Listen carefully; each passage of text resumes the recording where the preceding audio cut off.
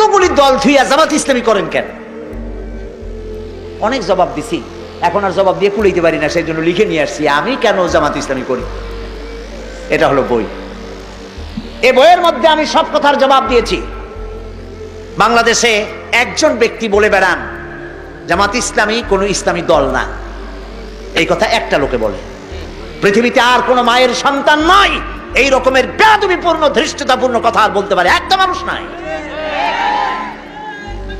মাওলানা মওদুদী রহমাতুল্লাহ আলাইহির লেখার সাথে দ্বিমত পোষণ কেউ করলে করতে পারে। যে বেশি কথা বলে দুই একটা কথা ভুল হয়েও যেতে পারে, যিনি বেশি লেখেন দুই একটা গলত হয়ে যেতেই পারে। মাওলানা মওদুদী তিনি কোনো মাযহাবের ইমাম নন, তিনি কোনো ফকিহ নন, তিনি ইসলামিক মুফাক্কির ইসলাম মুজাদ্দিদ ছিলেন। আলহামদুলিল্লাহ বলেন।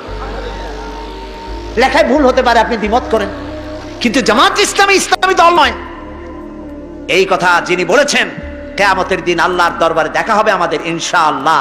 সেদিন আপনার পজিশন কি হয় আমরা দেখব।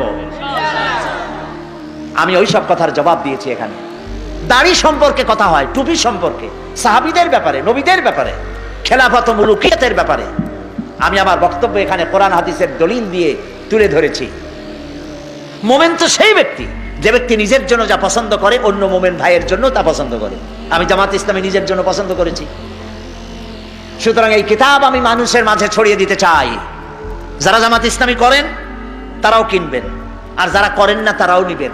জামাত ইসলামী যারা করেন তারা নিবেন কেন? এই জন্য নিবেন ওই প্রশ্নগুলির জবাব দিতে পারবেন কোরআন আর হাদিস দিয়ে।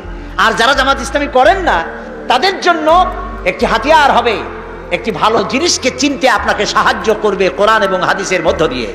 অফসেট পেপারে ছাপানো প্রায় 250 পৃষ্ঠার এই বইয়ের হাদিয়া যারা সেবেছে হাদিয়া রেখেছে মাত্র 100 টাকা। এই দুটি বই যাওয়ার সময় ঢাকা থেকে এসছে লোকেরা, আপনারা নিয়ে যাবেন। আজকে যদি না নিতে পারেন কালকে মাহফিল আছে, কালকে নিয়ে যাবেন। আপনি নেন, বন্ধুদেরকে নিতে সাহায্য করুন।